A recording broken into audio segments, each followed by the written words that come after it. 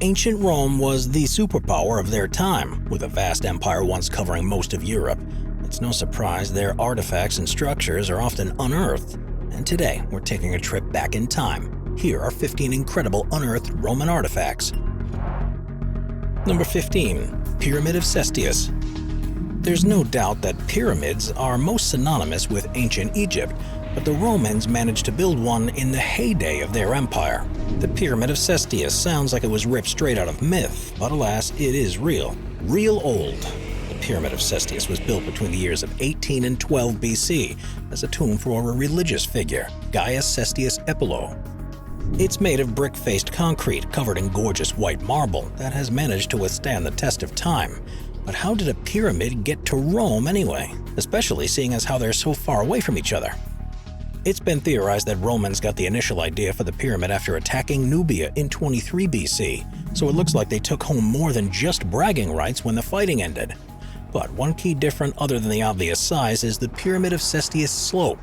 It's much less steeply pointed than anything you'll find in Egypt, so the Romans managed to put their own little twist on the design.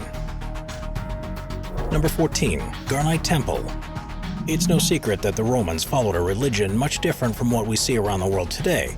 They had a whole pantheon of gods dedicated to worship different aspects of nature and life. But across most cultures, worship of the sun is the big one. The sun is, well, pretty hard to miss and gives us life. So it's not a shocker that the Romans built the Garnite Temple to worship Helios, the Roman god of the sun. Built by the Armenian king Tiridates in the 1st century AD, the construction of the temple was founded with money King Tiridates gave in exchange for his military support against the invading Parthian Empire. I guess war is bad at any point in history, but we're sure in this case, Helios was understanding. But part of what makes the Garnite Temple so special is that it was made of basalt, which wasn't common for most Greco-Roman temples. The ancient temple, though, was totally destroyed in 1679 by an earthquake. It lay in ruins for the next 300 years when it was reconstructed in the 1970s. Number 13. Temple of Augustus in Pula. The Temple of Augustus is a special one because it's the only remaining structure from the original Roman Forum in Pula. It's a constant reminder of what life was like thousands of years ago during one of the greatest empires of all time. As its name suggests, the Temple of Augustus was dedicated to the first Roman emperor, Augustus. This Roman emperor's reign lasted from 27 BC until his death in 14 AD, so the construction began during that time period. But this royal structure wasn't always used as an homage to Augustus. When Rome found itself under Byzantine rule, the Temple of Augustus was converted into a church and then later used as a granary. And needless to say, a granary is a little less glamorous than a holy monument. The temple also suffered some serious damage when it was struck by a bomb during World War II, but thankfully for history and the legacy of Augustus, much of the monument was rebuilt since then. Number 12. The Rotunda of Galerius. The next artifact on our list is a bit of a doozy to build, but that should just make it all the more special. Also known as the Greek Orthodox Church of the Agios Georgios, the Rotunda of Galerius is a cylindrical structure built in the year 306 under the orders of the Tetrarch or Governor Galerius. Since the rotunda is so old, it's almost impossible to know the intention behind its construction, but historians say it was either built as a mausoleum or a temple. Either way, it's a gorgeous sight that rivals modern architecture. The Rotunda of Galerius has a diameter of 80 feet, and its walls are a whopping 20 feet thick. And it's those ridiculously thick walls that have allowed it to withstand multiple earthquakes that would topple most other structures. The flat brick dome is 98 feet high at the peak, which looks just like an ancient Roman crown sitting on top of the structure. Number 11. Theater of the Side. Theater is a staple of the human experience, and it's been around a lot longer than most of us would think. And as Hollywood has reminded us time and time again, the Romans loved a good spectacle. So on a Friday or Saturday night, it wasn't uncommon to see the city folk hanging out at the Theater of Side.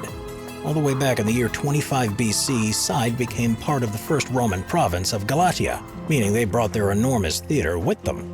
And just how big was it? Well, it could easily fit 15 to 20,000 people. And surprisingly, the ruins of the Theater of Side managed to maintain their decent condition. And so while we likely won't see gladiators or any kind of show at the Theater of Side, it stands proudly as a huge testament to the expansion of ancient Rome. Number 10. Sbeitla Forum Temples. Sbeitla is a surprisingly well-preserved Roman city located in the Midwest of Tunisia. The city itself contains a vast, squarish forum paved with stone slabs, and it's surrounded by a wall. Leading up the forum is a gateway on one side and then 3 Roman temples across the way. As we've covered earlier, the Romans believed in lots and lots of gods and built plenty of monuments to honor them. But sometimes it was easier to just build one structure in honor of multiple gods. But that wasn't the case with the Sbeitla Forum temples. The Romans got right down to it and built 3 separate amazing structures, one for Jupiter, one for Juno, and the final for Minerva. Amazingly, the 3 temples are still, for the most part, intact, with some looking a little better than others. Not bad for some architecture that wasn't excavated and unearthed until the year 1906. Number 9. Ostia Antica. Located right at the mouth of the river Tiber is the former Roman seaport of Ostia Antica. It served the empire for decades and was one of the main points of entry for anyone or anything coming in and out of the area. Needless to say, it was a pretty important place for the Romans. But change is unavoidable. Over time, the sea levels dropped and the seaways became filled with too much silt for the ships to take. So today, Ostia Antica, which once sat right on the sea, is now 2 miles away from any body of water. The area is famous, though, for the ancient apartment buildings known as insula, which are all still very well preserved.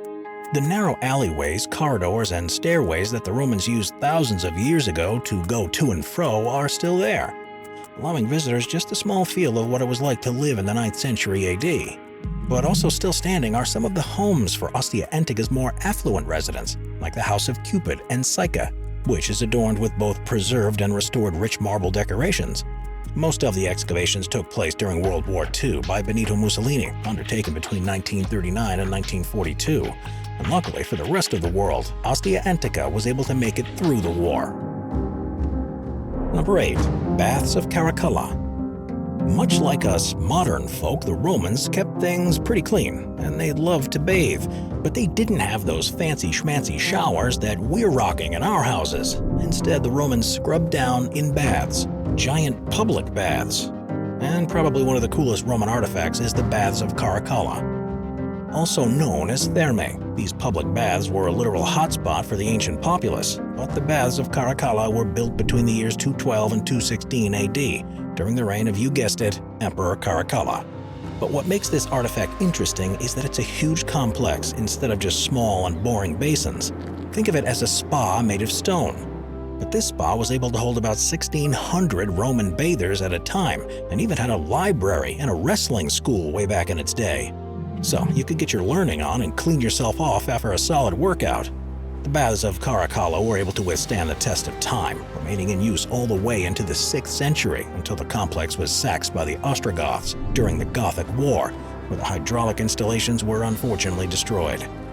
So while most of the walls do remain, there's no need to bring your shampoo anymore. Number 7. The Valens Aqueduct.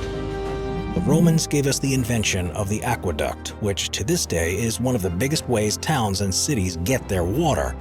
It's a testament to the ingenuity of ancient Romans, and in 368 AD, construction of the Valens Aqueduct was finally complete.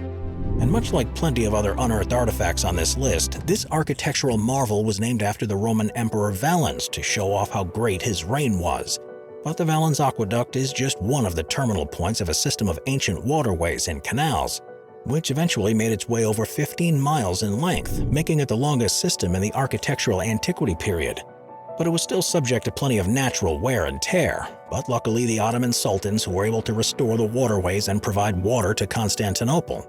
Today, the Valens Aqueduct isn't providing water to the people, but now you can drive right through its archways because of a highway that's been built right through it, giving folks a small but powerful history lesson while they're on their way to work.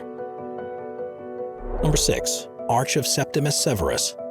Not to be confused with a certain teacher of the dark arts, the Arch of Septimus Severus was named after the Roman Emperor Lucian Septimus Severus, who began his reign in 193 AD, which continued to his death in 211. Severus was born in Leptis Magna, and when he finally became emperor, the citizens of his hometown were so honored and so proud that they began construction on the arch almost immediately. He was a real hometown hero, but the arch of his namesake isn't some run-of-the-mill archway. carved right into the stone is some seriously detailed artwork that can still be seen on display. And while there may be signs of erosion and natural decay, it's still amazing. So the central scene of the Arch of Septimus Severus depicts the titular character shaking hands with his son Caracalla, the name we've heard before here, and Geta.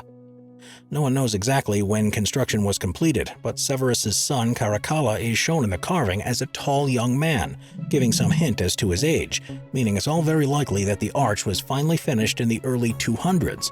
So all in all, the arch took about a decade to finish. Not bad, considering it's made with human hands. Number 5. Alcantara Bridge. The ancient Roman Empire had a pretty far reach, and so despite this entry's location at the Tagus River in Alcantara, Spain, the aptly named Alcantara Bridge was built by the Romans. It's a masterpiece of bridge building, and the fact that it still remains relatively sturdy today is just as astounding. The bridge was built somewhere between the years 104 and 106 AD by the order of the Roman Emperor Trajan in 98 AD. And it may come as a bit of a shock at this point, but he didn't just name it after himself. The Alcantara Bridge was still being built in his honor, and he made sure that everybody who was anybody knew that by ordering the construction of a big triumphal arch in the bridge's center, and then a small temple at one end. And as the years went by, Rome found itself at war with just about everybody, and so the Alcantara Bridge took some damage. In fact, it took more damage from war than it did from the elements. First, the Moors destroyed the smallest arch on one side, and the second arch on the other side was destroyed by the Spanish to stop the Portuguese invaders. So while it may be safe to walk across the bridge, maybe don't drive a full truck across, unless that is you're a pretty decent swimmer. Number 4. Tower of Hercules. While this artifact itself may not be widely known, the man it's named after certainly is a household name all over the world. Everybody loves the heroes of myth, and Hercules is no exception. So it should come as no surprise that the Tower of Hercules is one of the coolest unearthed Roman artifacts. But this is another monument that's living in Spain, despite having been built by Roman architects. The Tower of Hercules is actually an ancient Roman lighthouse thought to be modeled after the Pharaoh's Lighthouse of Alexandria, which is in Egypt. So it looks like not only did the Romans try to leave behind some of their influence, but they picked up a few hints and tips along their travels and conquests as well. The Tower of Hercules was used pretty consistently since the 2nd century and is considered to be the oldest lighthouse still in existence in the entire world. It was originally built with an ascending ramp winding up the sides like a snake to be used for oxen bringing up carts full of wood to keep the lighthouse fire burning throughout the night. And originally the tower stood at 112 feet high, but it was given a neoclassical restoration, adding another 69 feet, taking it from 3 to 4 stories tall, probably to help it tower over the more modern buildings or perhaps bring it closer to the Herculean heavens. Number 3. Hadrian's Wall. When your empire was as big as the ancient Romans, you made a lot of enemies along the way, and for as much conquering as they did, they still needed to make sure the home front was well and safe. So that's why they built Hadrian's Wall. Hadrian's Wall protected the Roman colony of Britannia from the many tribes of Scotland and stretched for a whopping 73 miles. And you have to remember that back then everything was done by hand and with people power. It reaches far across the north of England from the Irish Sea to the North Sea, and construction began all the way back in 122 AD, and of course, it was built by the order of Emperor Hadrian. But amazingly, all 73 miles of this stone wall were built in just 6 years' time. That's pretty fast, all things considered. But you can't just build a wall and hope that nobody will attack it, so the Romans made sure that Hadrian's Wall was garrisoned typically by about 9,000 at a time. But the Roman soldiers there weren't just farmers armed with pickaxes and scythes hoping to earn some coin for their crop. No way. These were professional infantry and cavalry. Today, only a few stretches of Hadrian's Wall remains, but it's still one cool sight. Number 2. Curia Julia. One thing the Romans were known for was their system of government that isn't all that different from what many of us have today, and the Curia Julia is an awesome reminder of that. The third Senate house in ancient Rome, the construction of Curia Julia, began in 44 BC during the reign of Julius Caesar. But if you know your history, Julius Caesar was assassinated that same year, and so his successor Augustus took it upon himself to oversee the completion. Curia Julia was ready to go over a decade later in 29 BC, and as you can tell, it's an old building, and so it went under numerous restorations over the years, with the biggest one taking place from 284 to 305 AD under Emperor Diocletian. and it's his iteration that still stands today. Number 1. Damnatio et Bestias. And now for something completely different and much more morbid. Around the year 2 BC, the Romans were known for something called damnatio et bestias, which can basically be translated to damnation by beast.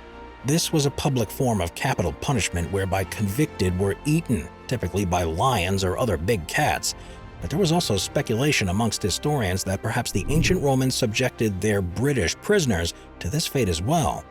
In 2021, archaeologists uncovered a pretty sinister-looking bronze key handle in Britain, depicting a man being torn apart by a lion.